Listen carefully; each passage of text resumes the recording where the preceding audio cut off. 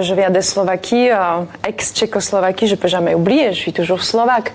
Mais c'est vrai que j'avais envie de un peu décrire... Il y a des blessures qui ne cicatrisent jamais. Et Adriana Karembeu le sait mieux que personne. Comment un amour qu'il a révélé au monde a-t-il pu lentement la détruire? Et surtout, comment une femme que tout le monde croit fragile trouve aujourd'hui la force de se venger à sa manière? Dans l'ombre, un nom revient, obsédant, impossible à effacer. Christian Karembeu. Car malgré les années, malgré les ruptures, malgré Marc Lavoine qui partage désormais sa vie, Adriana murmure encore « Christian, c'est mon sang ». Alors que les projecteurs s'allument, une vérité plus intime que jamais s'apprête à éclater. Adriana Karembeu. Ce que vous allez découvrir pourrait bien changer pour toujours, la manière dont vous regardez leur histoire. Mais comment cette jeune femme, marquée dès l'enfance, est-elle devenue l'icône mondiale que l'on croyait intouchable? À l'époque, Adriana Karembeu fascinait tout. Beauté, mystère, ascension fulgurante, et un destin qui semblait enfin lui appartenir. Mais au fond, comment une histoire d'amour, que l'on croyait mythique, a-t-elle pu se transformer en un champ de ruines intimes pour Adriana Karembeu? Comment une femme si admirée, si désirée, si enviée, a-t-elle pu se retrouver brisée en silence, à l'abri des regards, tandis que le monde continuait de la voir comme une icône inaccessible?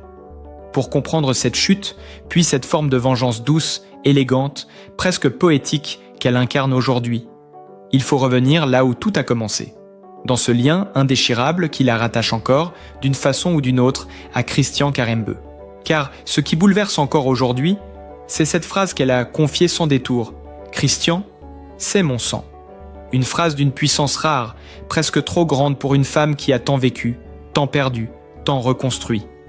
Comment aimer encore quelqu'un qui, d'une certaine manière, a laissé dans votre vie des traces si profondes qu'elles ne s'effacent jamais vraiment? Comment tourner la page quand chaque histoire qui suit semble n'être qu'une variation imparfaite d'une mélodie ancienne? Adriana traverse les années comme on traverse une mer agitée. Des rencontres, des mariages, des ruptures, des rumeurs, des flashs. En 2014, elle épouse André Ohanian, un homme d'affaires charismatique, presque rassurant. On croit alors qu'elle a enfin trouvé un havre, un équilibre, un foyer. Pourtant, ce mariage se fissure lentement, comme si une ombre du passé venait, régulièrement, assombrir le tableau. En 2022, la séparation est officielle, son nom revient dans les magazines, son sourire sur les couvertures, mais son cœur, lui, semble ailleurs. Puis il y a cette rumeur inattendue, presque surréaliste, une liaison supposée avec le rappeur Stomy Bugsy, une histoire qui surprend, qui intrigue, qui alimente la chronique. Mais là encore, quelque chose paraît dissonant, comme si Adriana cherchait à se prouver qu'elle pouvait renaître, se réinventer, s'autoriser autre chose que ce qu'elle avait connu, comme si elle tentait de recoller les morceaux d'une identité brisée, en douceur. Et puis, soudain, mi-2024, un tournant, Marc Lavoine. Le chanteur à la voix chaude, l'homme aux mots fragiles, celui qui sait parler d'amour comme personne. Adriana officialise leur relation. Le public s'émeut, s'interroge, s'attendrit. Une mannequin légendaire et un poète de la chanson française. L'image séduit, fascine, rassure presque. Pourtant, derrière ce nouveau chapitre, une question demeure, lancinante. Pourquoi, malgré cette union apparemment lumineuse, réaffirme-t-elle publiquement qu'elle éprouve toujours des sentiments pour son ex-mari? Est-ce un aveu d'impuissance? La trace d'un amour irréversible? Ou la preuve que certaines blessures, parce qu'elles ont façonné notre vie entière, ne disparaissent jamais vraiment? Ce qui frappe dans le témoignage d'Adriana, c'est cette sincérité désarmante lorsqu'elle confie à Paris Match « Je ne supportais plus l'existence que nous menions ». Elle parle de rythme, d'usure, de dérive. Elle décrit un homme qui, après avoir quitté le terrain, a commencé à vivre à 300 à l'heure. Un homme qu'elle n'arrivait plus à suivre. Deux trajectoires qui s'éloignent, lentement, douloureusement, sans violence apparente mais avec une cruauté silencieuse, celle de ne plus se reconnaître. Elle dit encore « On s'est perdu sans le faire exprès. Nous n'avions plus de vie de couple. J'ai préféré partir pour ne pas tout gâcher. » Ce choix, elle l'assume. Mais derrière ces mots se cache une vérité plus sombre. Adriana a vécu, encore et encore, les conséquences de cette séparation qui ressemblait à une déchirure. comme si, en quittant Christian pour préserver leurs souvenirs, elle avait laissé une partie d'elle-même dans son ombre. Elle confie aussi quelque chose de vertigineux. « Je suis véritablement née en 1996, l'année où je l'ai rencontré sur le vol Milan-Paris. Comment se reconstruire quand l'homme qui vous a, selon vos propres mots, fait naître, n'est plus là? Comment avancer quand votre propre chronologie semble commencer avec lui? Et c'est peut-être là que se trouve l'essentiel. Christian, par sa présence puis son absence, a façonné Adriana autant qu'il l'a fragilisée. Non pas parce qu'il l'aurait détruite intentionnellement, mais parce que leur amour, dans toute sa force et sa complexité, est devenu une empreinte indélébile. Une empreinte qui a guidé, parfois faussé, parfois abîmé, ses histoires suivantes. Une empreinte qui a rendu certaines rencontres impossibles, certaines promesses insuffisantes, certaines espérances trop lourdes à porter. Pendant que Christian, discret, reconstruit sa vie auprès de Jackie Chamoun, une skieuse professionnelle, Adriana, elle, affronte la lumière et les tempêtes. Elle chemine, elle chute, elle se relève. Chaque fois un peu plus fragile, un peu plus forte. Mais alors, en quoi consiste sa revanche? Est-ce une vengeance contre Christian, contre la vie, contre les illusions perdues? Ou bien une revanche contre la jeune femme qu'elle était, celle qui avait fait de leur histoire son unique refuge? La vérité est peut-être plus subtile, plus bouleversante. Sa vengeance, c'est d'exister pleinement, de reprendre son destin en main, de redevenir maîtresse de son image, de son corps, de ses choix, de s'accorder enfin le droit d'aimer autrement, d'aimer mieux, d'aimer sans se perdre. Avec Marc Lavoine, elle semble retrouver un souffle, un tempo plus calme, un regard qui l'écoute au lieu de la dévorer. Pourtant, même là, une question reste suspendue. Cette nouvelle histoire est-elle une renaissance? Ou la dernière étape d'un long chemin où Adriana tente, encore et encore, de réparer les fissures laissées par son premier grand amour? Car au cœur de sa vie, il y a cette blessure ancienne, ce chaos intime, cette solitude inexprimée. Et peut-être que la vengeance la plus éclatante, la plus cinématographique, n'est pas de faire souffrir celui qui l'a marquée, mais de devenir enfin celle qu'elle aurait dû être si elle n'avait jamais eu à survivre à tout cela. Et pour comprendre l'ampleur de cette blessure qui traverse encore aujourd'hui la vie d'Adriana, il faut revenir à l'époque où tout semblait pourtant écrit pour durer. Une époque où, avant les tempêtes, avant les ruptures et les nuits d'interrogation, brillait une lumière presque irréelle autour d'elle. Car au moment où sa trajectoire explose, sous les projecteurs, Adriana n'est plus seulement un mannequin spectaculaire. Elle devient un symbole, un visage, une apparition qui marque une décennie entière. On la voit partout, comme si chaque caméra cherchait à saisir la grâce qu'elle laisse derrière elle. Un jour, elle fait une apparition remarquée dans Un gars, une fille, la série culte portée par Alexandra Lamy et Jean Dujardin. Une simple scène, mais qui suffit à installer Adriana comme une figure familière, presque intime, dans le cœur du public français. Un peu plus tard, elle anime une émission sur une chaîne italienne, démontrant qu'elle n'est pas seulement belle, mais douée, vive, capable de surprendre. Puis vient ce rôle d'égérie pour la Croix-Rouge française, une campagne devenue mythique, où sa silhouette fragile et lumineuse incarne l'humanité, la compassion, l'urgence de porter secours. Elle avance alors dans la vie avec l'impression que tout est possible, que tout s'ouvre devant elle. Et puis il y a cette rencontre, celle qui change tout, celle qui redéfinit son histoire et, d'une certaine manière, son identité. Nous sommes au milieu des années 90. Adriana monte dans un vol Milan-Paris. Elle ne le sait pas encore, mais quelques heures plus tard, une page entière de sa vie sera écrite dans un alphabet qu'elle ne maîtrise pas encore. Celui de l'amour fusionnel, de l'admiration, de la passion, et plus tard, de la douleur et de la perte. Car ce jour-là, elle rencontre Christian Carambeu. Lui, c'est un joueur de foot au talent incontestable. Un homme qui ne tardera pas à devenir champion du monde, puis champion d'Europe. Un homme respecté, adulé, discret, presque timide, mais qui porte en lui une intensité rare. Elle, c'est la beauté mondiale, la mannequin élancée de 1,85 m, l'image même de la grâce européenne. Ensemble, ils forment un couple qui dépasse les frontières habituelles de la célébrité. Ils ne sont plus seulement deux personnalités publiques, ils deviennent un mythe. Dans les années qui suivent, les médias s'en mêlent, fascinés.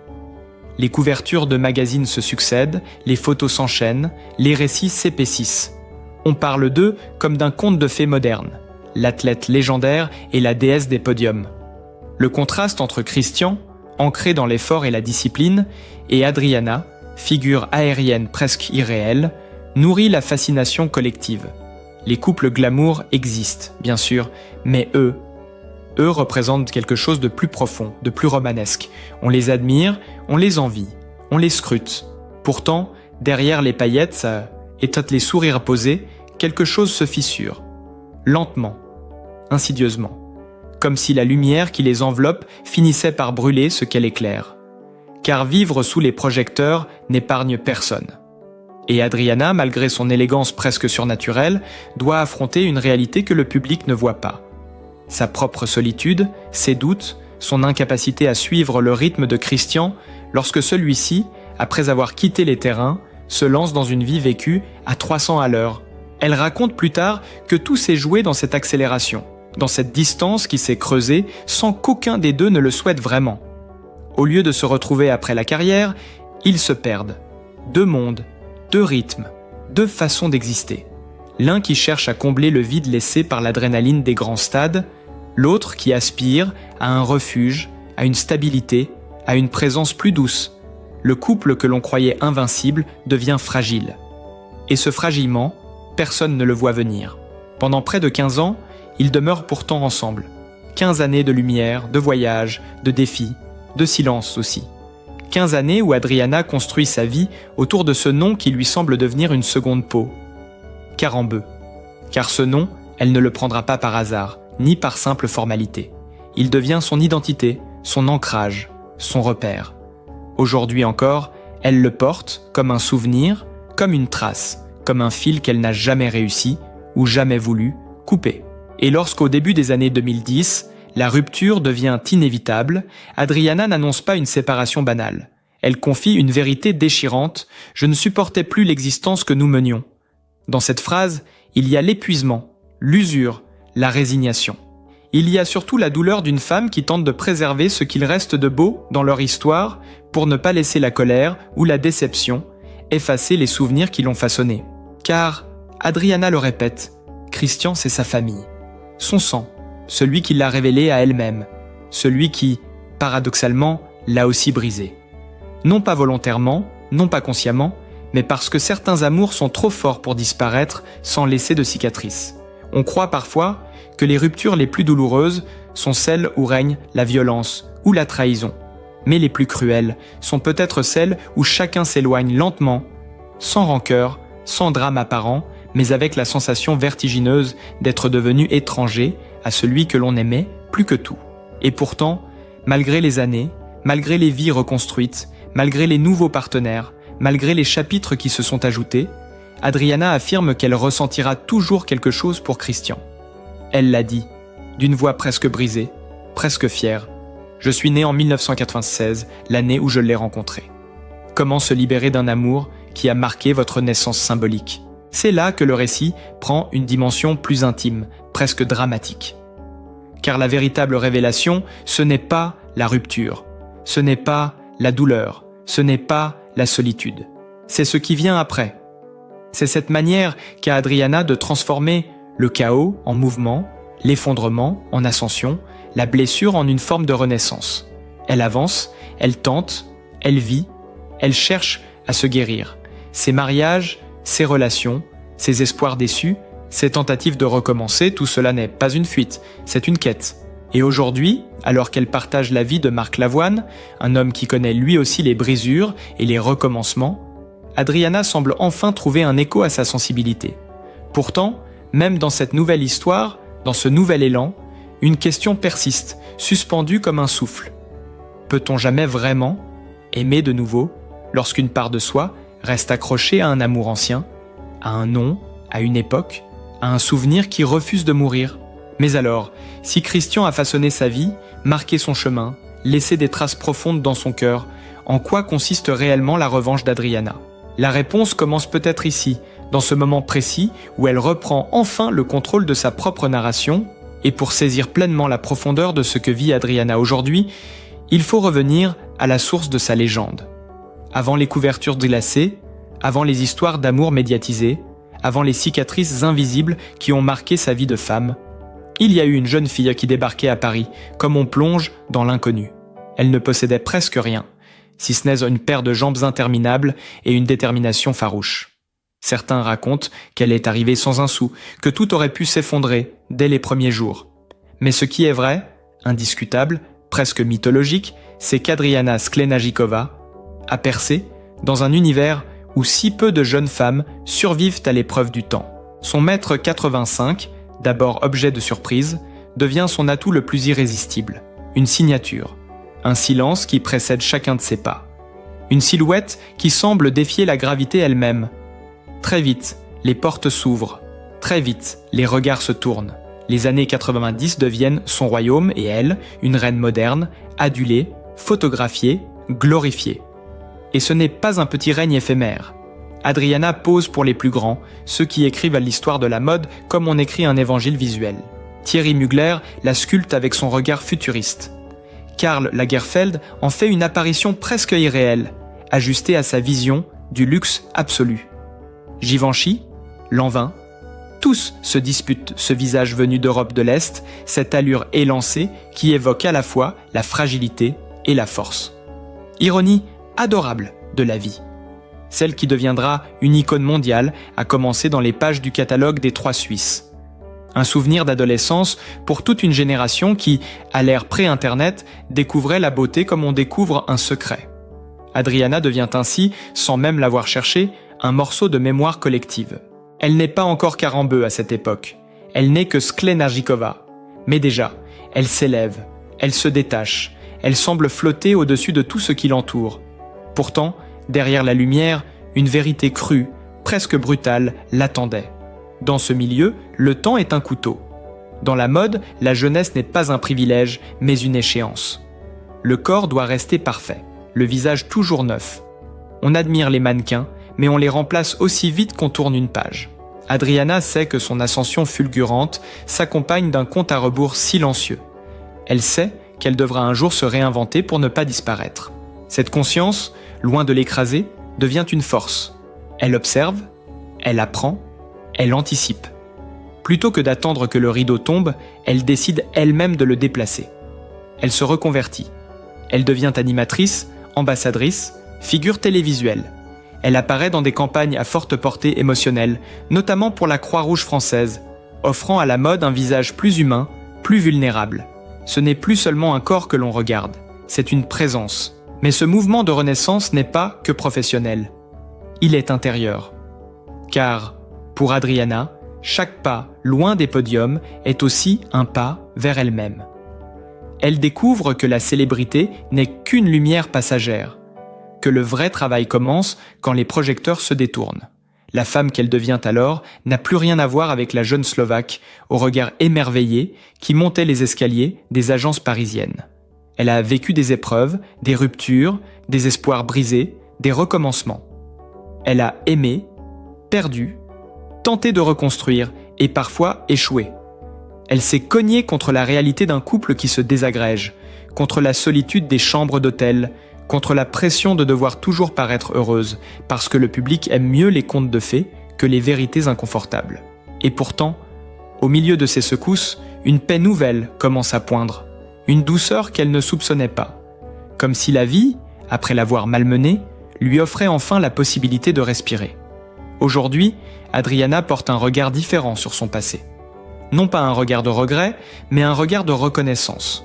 Ce passé qui l'a meurtri, qui l'a parfois laissé exsangue, est aussi celui qui l'a façonné. Et au lieu de le fuir ou de le renier, elle choisit de l'intégrer, de lui laisser sa place, mais plus son pouvoir. La renaissance d'Adriana n'est pas un éclat soudain, c'est un lent mouvement, presque imperceptible, comme la marée qui revient sans bruit. Elle accepte ce qu'elle a été, ce qu'elle a perdu, ce qu'elle n'a pas su retenir. Elle accepte même les zones d'ombre, les paradoxes, les sentiments ambivalent pour Christian qu'elle avoue encore porter en elle. Ce n'est plus un aveu de faiblesse. C'est un acte de réconciliation intérieure. Car Adriana a fini par comprendre que l'on ne se défait jamais entièrement des êtres qui ont compté. On ne les efface pas. On ne les remplace pas. On apprend simplement à vivre avec ce qu'ils ont laissé en nous, à transformer les blessures en force, les absences en maturité, les illusions en sagesse. Elle reconnaît que Christian a été un chapitre essentiel, mais elle sait aussi que la vie ne se résume pas à une seule histoire, même belle, même douloureuse. Son chemin est devenu plus apaisé. Elle ne court plus. Elle ne cherche plus à prouver quoi que ce soit. Elle avance avec une forme de sérénité rare, comme si elle avait enfin trouvé l'équilibre entre l'image publique et la femme qu'elle est vraiment. Cette femme qui a connu la gloire, mais aussi la peur de l'oubli. Cette femme qui a aimé intensément, mais qui a dû apprendre à se préserver. Cette femme qui a tenu debout malgré les vents contraires et qui aujourd'hui se permet d'être simplement elle. La philosophie qu'elle adopte désormais ressemble à un murmure. Laisser couler ce qui doit s'en aller, accueillir ce qui doit venir. Ne pas lutter contre le temps mais marcher avec lui. Ne plus chercher à réparer le passé mais à habiter pleinement le présent. Et c'est peut-être cela au fond, sa plus belle revanche, se choisir elle-même. Son regard, autrefois tourné vers la lumière extérieure, se tourne désormais vers une lumière plus intime, plus profonde. Elle n'attend plus que quelqu'un la sauve ou la définisse. Elle ne s'accroche plus aux images qui ont fait d'elle une icône. Elle se permet de grandir, de changer, d'être imparfaite. Peut-être que c'est cela, la sagesse véritable. Savoir que ce que l'on a vécu ne nous enferme pas, mais nous sculpte. Et au moment où tout semblait devoir s'achever pour elle dans une succession de ruptures et de désillusions, Adriana se réinvente encore, comme si une nouvelle page s'ouvrait enfin. Et maintenant que le fil de sa vie s'étire devant nous comme un long ruban mêlé de lumière et d'ombre, on comprend que l'histoire d'Adriana Karembeu n'est ni un conte de fées, ni une tragédie, ni même une simple succession de chapitres médiatiques. C'est, avant tout, l'histoire d'une femme qui a appris à se relever, encore et encore, sans jamais perdre la part d'humanité qui fait sa force. Une femme qui a traversé les tempêtes du cœur, les pressions du monde de la mode, les ruptures qui vous fendent en silence, les renaissances que l'on écrit d'abord dans la douleur. Une femme qui a compris que la vie n'est pas une victoire permanente, mais une suite de recommencements. Et dans cette lente métamorphose, Adriana semble trouver une vérité que beaucoup ignorent. On n'est jamais vraiment vaincu tant que l'on continue de marcher. Elle aurait pu s'effondrer sous le poids de la notoriété, sous le tumulte des relations exposées, sous les attentes irréalistes que le public projette sur les visages célèbres. Elle aurait pu laisser les cicatrices dicter le reste de son existence. Mais non, c'est par sa capacité à absorber la douleur et à la transformer en clarté que réside sa plus grande victoire. Sa douceur n'est pas une fragilité, mais une discipline. Sa résilience n'est pas un hasard, mais un choix quotidien. Peut-être que sa plus belle renaissance se situe ici, dans cette manière de regarder son passé sans haine, sans regret amer, mais avec une forme de gratitude étrange. Non pas pour ce qu'elle a perdu, mais pour ce que ses pertes lui ont permis de devenir. Dans ses interviews, dans ses confidences, dans ses regards parfois un peu lointains, on sent désormais une femme qui s'est réconciliée avec les pans les plus douloureux de son histoire. Elle ne cherche plus à effacer les traces de Christian, ni à renier les années fastueuses des podiums, ni à masquer ses échecs sentimentaux. Elle les accueille comme des pierres qui, une à une, ont construit la cathédrale fragile mais solide qu'est devenue sa vie. Et finalement, n'est-ce pas cela, la sagesse? Comprendre que rien n'est totalement perdu, que même ce qui fait mal peut éclairer le chemin. Adriana l'a compris à travers les années. On n'efface pas ses cicatrices, on apprend à marcher avec, et parfois même à les aimer. Elles nous rappellent ce que nous avons été, ce que nous avons supporté, et surtout, ce que nous avons surmonté. Sa relation avec Marc Lavoine aujourd'hui n'est peut-être pas seulement une histoire d'amour, c'est aussi un symbole. Le symbole d'une femme qui s'autorise enfin à aimer autrement, sans se demander ce qu'elle doit prouver, à qui elle doit plaire, ou quel souvenir elle doit trahir. Le symbole d'une femme qui avance vers une lumière plus douce, plus apaisée, qui ne cherche plus l'éclat mais la chaleur. Une femme qui sait désormais que la plus belle revanche n'est ni la réussite médiatique, ni la reconnaissance publique, mais la paix intérieure. Dans un monde où tout va trop vite, où les images défilent comme des éclairs, où l'on consomme les histoires humaines comme des produits instantanés, Adriana nous rappelle quelque chose de fondamental. La vie n'a de sens que lorsque l'on se donne le temps de la ressentir. Elle incarne le courage de rester fidèle à soi-même, de continuer à croire que la beauté peut exister au-delà des lumières, que l'amour peut renaître même après les fractures et que l'on peut toujours, à tout âge, réinventer sa propre histoire. Alors peut-être que le message qu'elle nous laisse est le suivant. N'ayons pas peur des recommencements. N'ayons pas peur de déposer ce qui nous alourdit, de regarder nos blessures en face, de dire adieu à ce qui ne nous appartient plus. Parce qu'au bout du compte, ce que nous appelons fin n'est souvent qu'une porte discrète vers quelque chose de plus profond, de plus vrai, de plus nous. Et si l'histoire d'Adriana trouve aujourd'hui un écho si fort, c'est parce qu'elle touche chacun d'entre nous. Qui n'a jamais aimé trop fort? Qui n'a jamais perdu une part de soi dans un amour qui semblait éternel?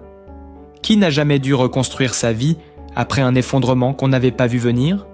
Son parcours parle à ceux qui ont souffert, à ceux qui ont espéré, à ceux qui ont recommencé. Parfois tard, parfois seuls, parfois avec une foi minuscule, mais tenace. Il nous murmure que le plus important n'est pas ce que la vie nous enlève, mais ce qu'elle nous laisse pour continuer. Et au moment de refermer cette page, il reste une question, douce, presque suspendue dans l'air. Qu'allons-nous faire, nous, de nos propres cicatrices? Allons-nous les cacher, les fuir, ou les transformer comme elles en un chemin vers la paix? Si cette histoire vous a touché, si elle a réveillé en vous un souvenir, une réflexion, une émotion, je vous invite à prolonger ce moment avec nous. Laissez un like si vous voulez soutenir la chaîne, abonnez-vous pour ne pas manquer nos prochaines vidéos et n'hésitez pas à partager en commentaire ce que le parcours d'Adriana évoque pour vous. Votre voix compte, votre regard enrichit cette conversation et c'est ensemble que nous faisons vivre ces histoires humaines qui nous relient les uns aux autres. Merci de votre présence, de votre écoute et à très bientôt pour un nouveau voyage.